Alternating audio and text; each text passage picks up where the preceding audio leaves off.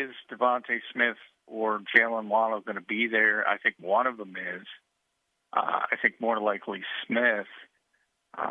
And would the Eagles take a 165-pound receiver at number 12 overall if they're, and they haven't done it in over 2 decades at that position? I guess the pressure of the fan base could play into it, but I don't think the Eagles will fall for that. I don't think they're going in that direction.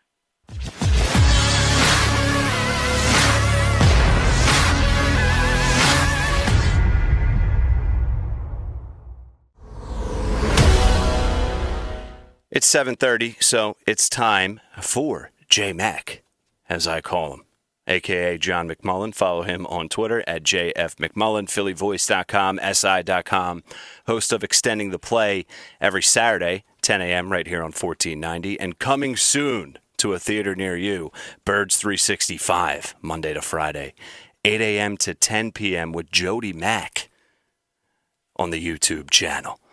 All right, let's bring John into the conversation now.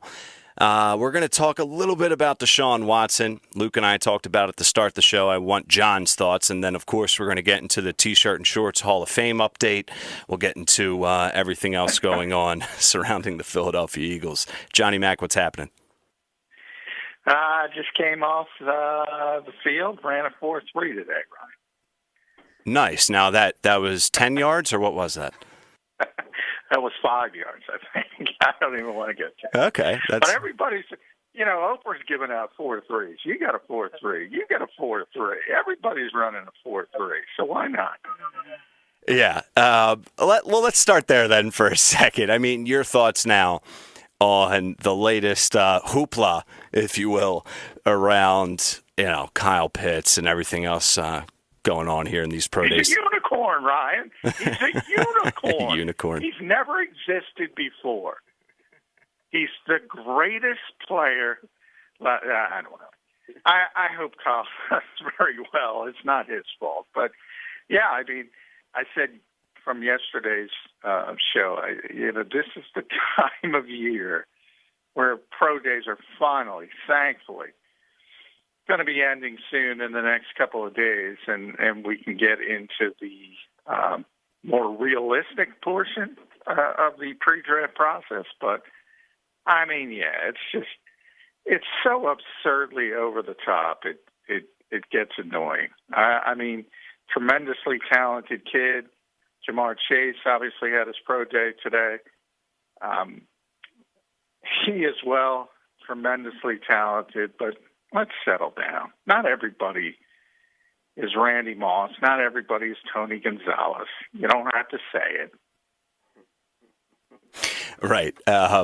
Yeah, and I'm still like, great, good for Pitts on what he did. Wish him nothing but the best of luck, especially if he somehow ends up in Philadelphia, which is highly, highly unlikely. But come on here. I'm still under the opinion of he doesn't fit right now with the Eagles. And I would say you agree?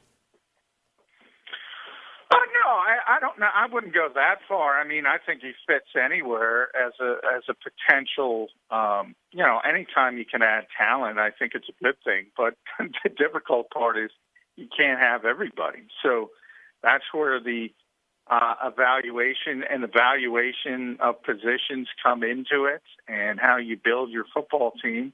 And I've talked about it a lot. The Eagles believe that going back to Andy Reid in 1999, that's what he said. He said, give me a quarterback, 2 pass rushers, 2 tackles, 2 offensive tackles, 2 cornerbacks, and I'll figure out the rest. That's their formula. That's what they want. That's what they want to build upon. And you can do it many different ways. That's not to say that's the way you have to do it. But I think, if you look from 1999 to 2021 where we are, so that's pretty significant sample size, the Eagles have been more successful than most teams. I know people are down right now because they're coming off a difficult year. But over that stretch, they've been far more successful than the average NFL team. So their formula has been pretty good. pretty good. We're talking about the offseason and pro days and combine and draft. Well, not combine, but Tom Pelissero, and you retweeted this, and there was a memo sent to teams saying that they should prepare to conduct meetings virtually, but it's not going to be all virtual like it was last season. Fill us in on the changes coming up here for this offseason compared to everything virtual last. Yeah, I mean, I think everybody's hopeful that there's going to be some on-field work before training camp, as there wasn't last year. But it's all fluid. Everything's fluid. Everything is dependent. So many things you have to deal with because you're dealing with. I talk about it all the time. You're dealing with different fiefdoms as far as local governments. So, for Tampa Bay or Jacksonville or Miami, they can do whatever the hell they want right now. For other places in the country, that's not the case. If you go out to San Francisco, Los Angeles, not necessarily the case. So the NFL has to deal with all of that and come up with some kind of plan. And they're constantly negotiating with the NFLPA. I think one of the interesting parts is that, certainly the veteran players don't want off-season work. They don't want it. And for different reasons that have nothing to do with the pandemic. So we'll see how it shakes out. But I'm pretty confident you're going to see some on-field work. It's just a matter of what it looks like. It might be a lot of younger players, a lot of rookies, first-year players, and maybe the veterans don't have to show up, but we'll see. And they're constantly negotiating that. And I know J.C. Tretter, who's the president of the NFLPA, he doesn't want off-season work for the veterans. Talking with John McMullen, just like we do every night at 7:30 here on The Fix on AM 1490. Follow him on Twitter at JF McMullen. We got into a little bit, John, like the potential reality of the Eagles taking an offensive lineman. And I think we should get back into that a little bit more later in the conversation. I do want to talk about all the latest surrounding Deshaun Watson, but let's focus on the Eagles for a second and get back to their options now with the 12th pick. Yeah, I mean, I wrote about it on Sports Illustrated, my latest Eagles-only mock draft. It's going to be up either tonight or tomorrow. But I haven't taken Elijah Vera-Tucker from USC at the 12th pick, and I know that's going to upset a lot of people. It's not the sexiest thing in the world, but I go back to the history, and I just explained it with this modern Eagles DNA. Anytime they've been in the top half of the draft, which is 16 or above, over that 22-year period, they've taken a quarterback, an offensive lineman, or a defensive lineman. So, the one wild card would be corner, and there are corners that should be available at 12. I think if you look at the big three of Patrick Surtain and Caleb Farley and J.C. Horn, I think one of them at least, and possibly two are going to be there. But if the Eagles have any concern and with certain prospects, they're going to default to what they feel most comfortable with. And I had him taking Vera-Tucker because I think he's one of the safest prospects in this draft. I've compared him to Zach Martin, the Dallas Cowboys All-Pro, because when he was coming out of college, he played a left tackle. And I remember talking to scouts that they said he could play anywhere except center, and he'd be a star player. And sure enough, he lands in Dallas, and he plays right guard, and he's, I think, a six-time All-Pro. Vera-Tucker is very similar to that in that he played left tackle, but he can play anywhere.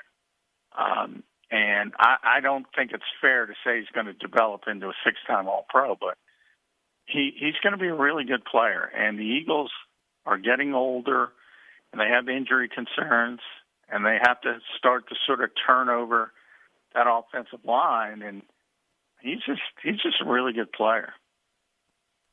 a safe pick would make sense because that seems like the direction they're going anyway, trading back to 12, at least for this year, for this draft. Like Pro Football Network, John, an article from a couple weeks ago, it was basically titled, "Is he worthy of a first-round selection?" And they talked about, just what he's about. And they said, same exact things you're saying, used at guard, used at left tackle, very skilled, fast-rising lineman. Would you be happy with that pick, given the circumstance and the mindset of this team? It does feel a little bit safe. As you said, I'm sure fans would absolutely lose their minds. But it seems like you would be overall, happy with it if they went that direction. Yeah, I mean, me personally, the reason I picked him is I think he's going to be the best player at that position at number 12.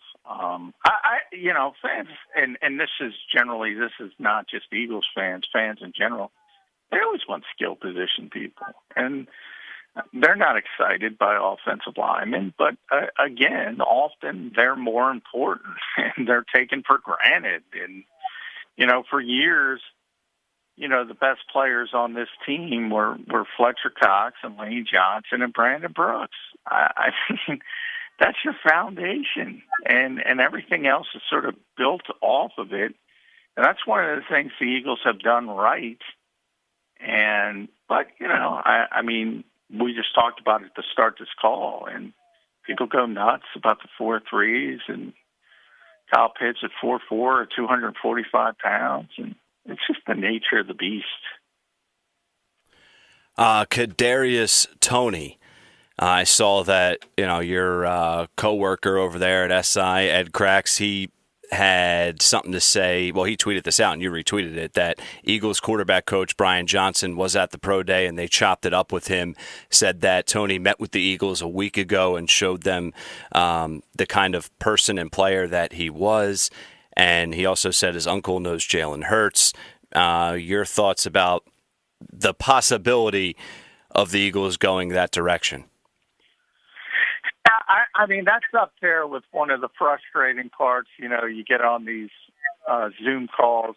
In a typical year, it would be at the Combine, but and you get 47 different reporters from different cities in Brazil and everywhere else in between. And have you spoken to the Eagles? Have you spoken to the Buccaneers? Have you spoken to the Bills?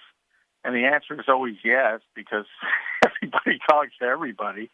And certainly in Florida, I mean, Brian Johnson was the offensive coordinator there. Of course he's going down there. Of course it's his guys. Of course he likes them all. Of course he wants to check in. I wouldn't put too much stock into that, other than he's very, very familiar. And then you add into it, I mean, Howie Roseman went there. So Florida's always in the forefront of people's minds with the Eagles. But I wouldn't put too much emphasis on certain position coaches being at certain pro days. I mean, every team does that. It's not really indicative of much. We talked about last week the possibility of 4 straight quarterbacks being selected to start the draft, which would be a first. And then you found the tweet. I forget who put it out there, but there was a couple different scenarios, a couple different years where 3 straight were selected. How are you looking at, the first 5 picks here now? Anything change from your mind? No, I think the linchpin is just what the 49ers do as they traded up to number 3 overall. I definitely think we're getting quarterback. It's just a matter of who the third quarterback is. And then Atlanta at number 4 is the first legitimate, okay, what are they going to do? They could draft a quarterback as an heir apparent to Matt Ryan, but they could go in a lot of different directions as well. I know Kyle Pitts mentioned that the Falcons seem very interested in him. So they could go a different direction. It's never happened before. Ultimately, I think 4 quarterbacks in a row is going to be difficult. Somebody will throw something into the mix. So I think we're going to go 3 quarterbacks for the third time. in history. And then 4, I think the Falcons are going to go in a different direction. And then Cincinnati. Cincinnati's interesting because they have Joe Burrow. They should, same thing we're talking about with the Eagles, they should build up the offensive line in front of them and draft Sewell.